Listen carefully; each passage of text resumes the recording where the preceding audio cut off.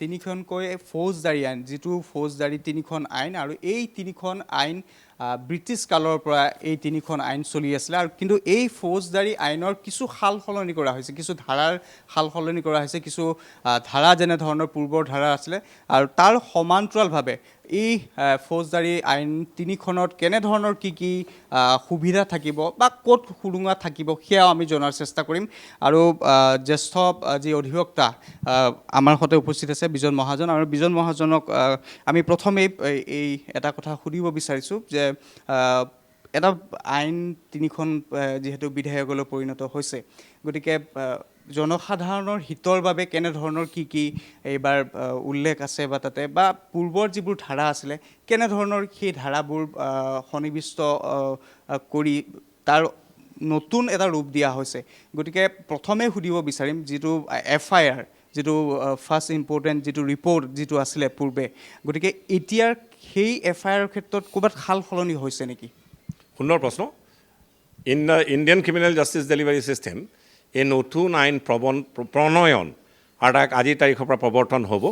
নিশ্চিতভাৱে আজিৰ দিনটো আহি থকা দিনবিলাকতো ভাৰতবৰ্ষৰ প্ৰতিজন নাগৰিকে মনত ৰাখিব লাগিব। প্ৰথম কথাটো হৈছে আপুনি বৰ সুন্দৰ প্ৰশ্ন সুধিলে। FIR-ৰ ক্ষেত্ৰত FIR অৰ্থাৎ এজাহাৰ, আৰু এজাহাৰৰ জৰিয়তেই পুলিচৰ আগত যি গোচৰ তৰা যায়, ক্ৰিমিনেল গোচৰ, সেই গোচৰৰ আৰম্ভণি হয়। আগতে 154 ধাৰা যি উপলব্ধ আছিলে কোড অফ ক্ৰিমিনেল প্ৰচিডিউৰৰ, সেই ধাৰাটোত নিশ্চিতভাৱে এজাহাৰ দিয়াৰ উপায় আছিল দুটা ধৰণৰ, লিখিতভাৱে বা মৌখিকভাৱে। এতিয়া 154ৰ জাগাত যি 170, সম্ভৱতঃ ভুলো হ'ব পাৰে দেই, আইনৰ ছাত্ৰ, নতুন আইন আহিছে, 173 ধাৰাত এইটো স্পষ্টভাৱে আছে যে এজাহাৰ দাখিল কৰিব পাৰিব লিখিতভাৱে, মৌখিকভাৱে আৰু বাই ৱে অফ ইলেক্ট্ৰনিক কমিউনিকেশ্যন। এইটো নিশ্চয়কৈ অতি সুন্দৰ, আনন্দ সুন্দৰ এটা সংযোজন, কাৰণ ইয়াৰ জৰিয়তে থানালৈ নোযোৱাকৈ, লিখিতভাৱে নিদিয়াকৈ আপুনি মোবাইলৰ জৰিয়তেও FIR-খন দাখিল কৰিব পাৰিব। এনেও ৰাইজ নিশ্চয় পুলিচ পিপল ফ্ৰেণ্ডলি, তথাপি এটা সংশয় বা ভয়ৰ সৃষ্টি হৈ থানালৈ যাওঁতে সেইটো কৰ্তন হৈ যাব, যিহেতু ইলেক্ট্ৰনিক কমিউনিকেশ্যনৰ জৰিয়তেও FIR দাখিল কৰিব পাৰিব। আজি কিছুদিন আগে সম্ভৱতঃ ললিতা কুমাৰী বুলি ছুপ্ৰিম কোৰ্টৰ এটা নিৰ্দেশনা আছিলে। যেতিয়া ষ্টেটিউটত কিছুমান কথা নাথাকে, তেতিয়া ছুপ্ৰিম কোৰ্টৰ নিৰ্দেশনাবিলাক আৰ্টিকেল 141 বা আৰ্টিকেল 142ৰ অধীনত সেইবিলাকে আইন বুলি ধৰি লোৱা হয়, তাৰ গ্ৰহণযোগ্যতা থাকে। এই ললিতা কুমাৰীত এটা জিৰ' FIR কনচেপ্ট দিছিলে যে য'তে এটা কগনিজেবল অফেন্স সংঘটিত হয়, সেই অফেন্সটো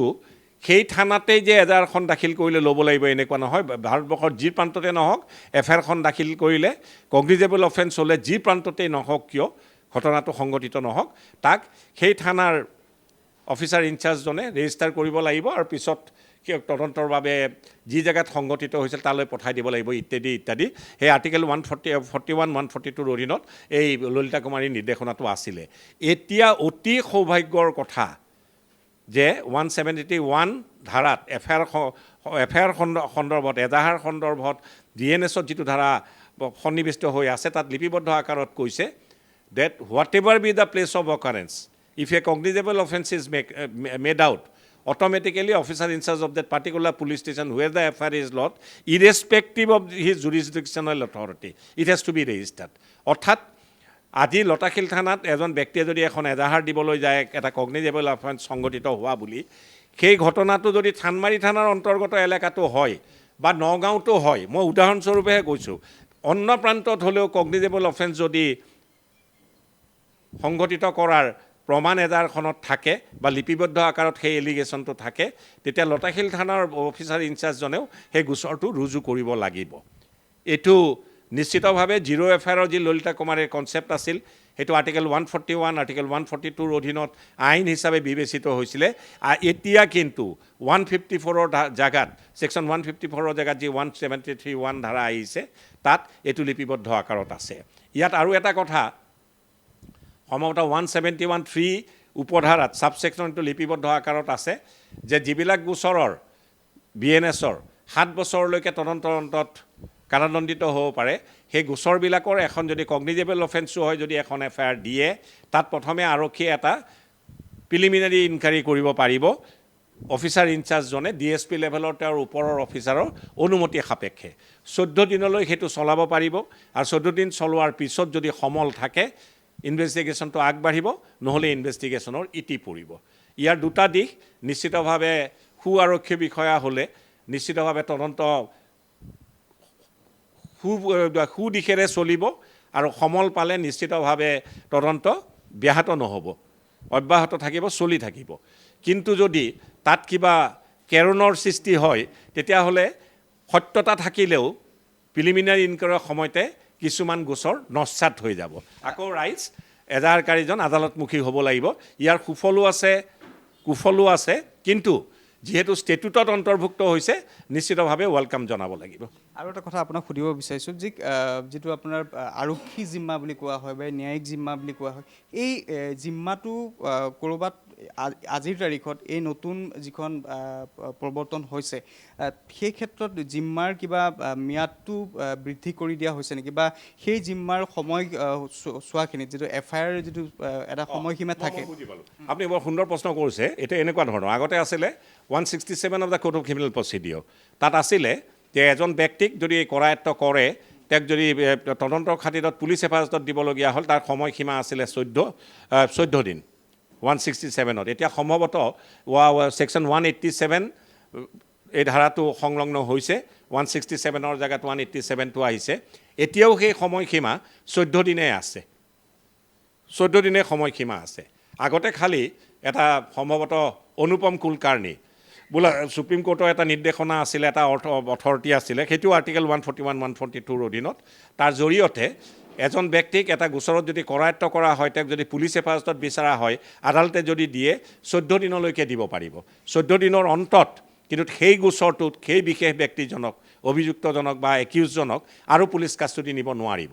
এতিয়া কিন্তু 187ত কিছুমান গোচৰৰ ডিউৰিং ইনভেষ্টিগেশ্যন সময়সীমা কাৰাৰুদ্ধ কৰি ৰখাৰ 60 দিন কিছুমানত 90 দিন এই 60 দিনীয়া গোচৰবিলাকৰ ক্ষেত্ৰত এই 14 দিনৰ যি সময়সীমা পুলিচ কাষ্টডিৰ সেইটো নিশ্চিতভাৱে প্ৰথম 14 দিন যদি পুলিচ কাষ্টডি সমাপ্ত হৈ যায় তাৰপিছত আগে যি 160 চনত ল'ব নোৱাৰাৰ ধাৰা সন্নিৱিষ্ট হৈ আছিলে যি বিধান আছিলে তাৰ পৰিৱৰ্তন হৈ এতিয়া 60 ডে পিৰিয়ড অফেন্সত 60 দিনলৈকে সেই পুলিচ কাষ্টডিৰ 14 দিন সময়সীমাটো চলিব আৰু 90 দিনৰ যি সময়সীমা তদন্তৰ খাতিৰত মাৰ্ডাৰ ইত্যাদি ইত্যাদি আপ টু 10 years পানিছমেণ্ট সেইবিলাকৰ ক্ষেত্ৰত 90 দিনলৈকে যিবিলাকৰ সময়সীমা তদন্তৰ আওতাত ৰাখি ডিউৰিং ইনভেষ্টিগেশ্যন সেই গোচৰবিলাকত পুলিচ কাষ্টডি নিব পাৰিব প্ৰথম 60 দিনলৈকে এই 14 দিন সময়সীমাটো বৰ্তি থাকিব ই এটা নিশ্চয় সুফল পাব তদন্তকাৰী বিষয় বা তদন্তই কিয়নো এজন লোকক যদি 5 দিনৰ পুলিচ কাষ্টডি নিয়ে 60 দিনীয়া গোচৰ এটাত 14 দিন পাৰ হোৱাৰ অন্তত আগে 167ৰ অধীনত তেওঁ আৰু পুলিচ কাষ্টডি নিব নোৱাৰিছিলে কিন্তু বৰ্তমান পাৰিব যদি নতুন সমল উক দিয়ে আৰু নতুন সমলে উক দিয়াৰ যথেষ্ট সম্ভাৱনা থাকে সেইবাবে 60 দিনীয়াৰ কথাটোলৈ আহিল 90 দিনীয়ালৈ নাযাওঁ একেটাই কথা এই 60 দিনীয়া সময়সীমাৰ গোচৰবিলাকৰ ক্ষেত্ৰত ডিউৰিং ইনভেষ্টিগেশ্যন এতিয়া এজন ব্যক্তিক বা একিউজক যেতিয়া পুলিচ কাষ্টডিলৈ নিব পাৰিব সেইজন 14 দিনলৈকে নিব পাৰিব কিন্তু সেই সময়সীমাটো 14 দিন একেলগে পিৰিয়ডটো শেষ হোৱাৰ পিছত আগে যি পুলিচ কাষ্টডি নিব নোৱাৰা বিধান আছিলে সেইটো পৰিৱৰ্তন হৈ 40 দিনলৈ সেই 14 দিনৰ সময়সীমাটো পুলিচ কাষ্টডিত প্ৰযোজ্য হ'ব আৰু তদন্তৰ ক্ষেত্ৰত ই নিশ্চয় এটা ইতিবাচক দিশ হ'ব আৰু এটা কথা সুধিব বিচাৰিছোঁ আপোনাক এটা কথা সুধিব বিচাৰিছোঁ যে যিটো ডিজিটেল যিটো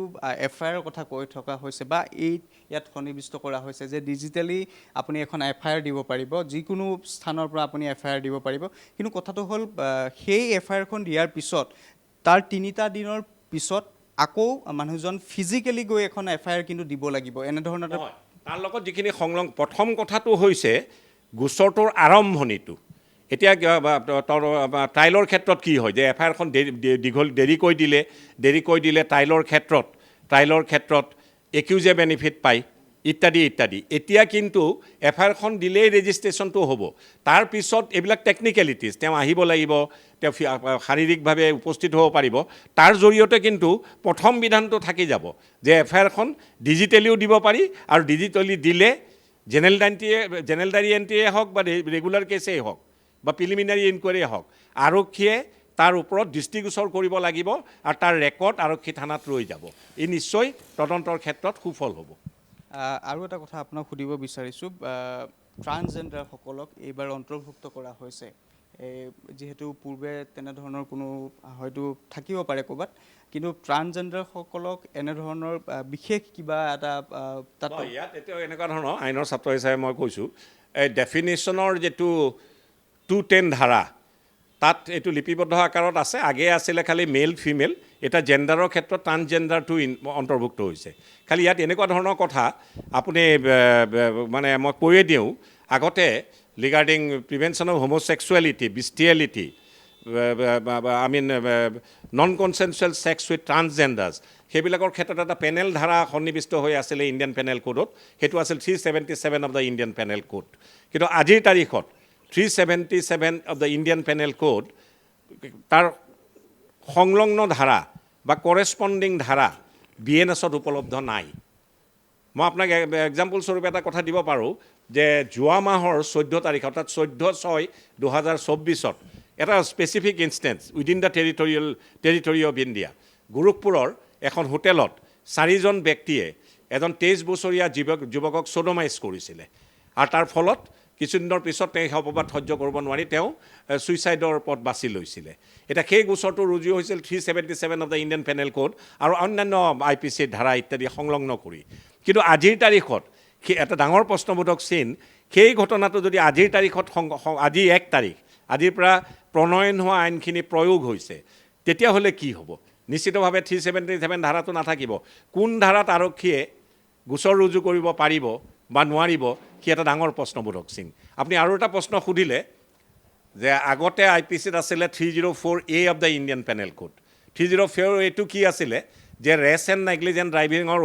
অধীনত যদি কালপেবল হোমিচাইড নহয়, এজন ব্যক্তিক যদি এক্সিডেণ্টৰ জৰিয়তে মৃত ঘোষণা কৰা হয়, তেতিয়াহ'লে কি পেনেল ধাৰা প্ৰযোজ্য হ'ব সেই গাড়ী চালকজনৰ ওপৰত? নিশ্চিতভাৱে 304A হৈছিলে। আৰু 304A হ'লে তাৰ কোৱাণ্টাম অফ পানিছমেণ্টটো আছিলে ব্ৰিটিছৰ সময়ত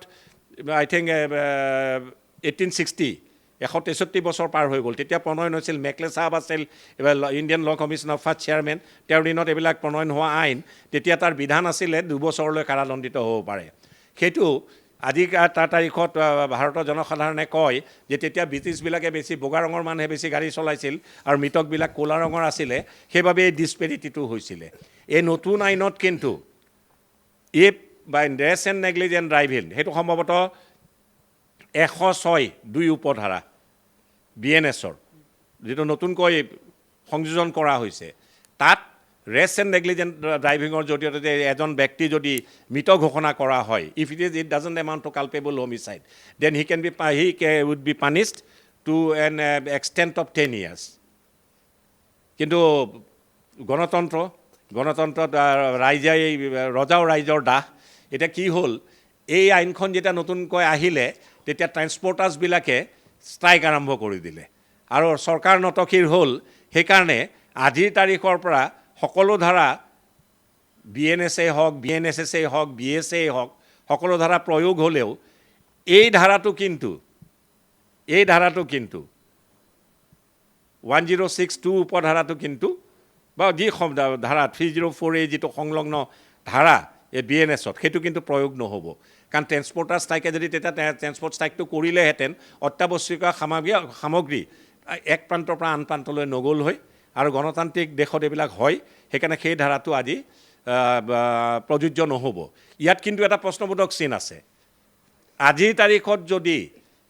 কোনোবাই এক্সিডেণ্ট কৰে by rash and negligent driving,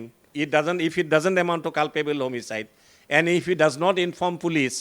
immediately after the occurrence or a magistrate, then what law will be applicable to him? নিচলক্ষ গুৰুত্বপূৰ্ণ তেওঁ বহুকেইটা কথা উত্থাপন কৰিছে এই মুহূৰ্তত। সেয়া আছিল জ্যেষ্ঠ অধিবক্তা বিজন মহাজন, তেখেতে ইতিমধ্যে বহুকেইটা গুৰুত্বপূৰ্ণ কথা উল্লেখ কৰিছে। আমি লক্ষ্যক এই মুহূৰ্তত ধন্যবাদ জ্ঞাপন কৰিছোঁ।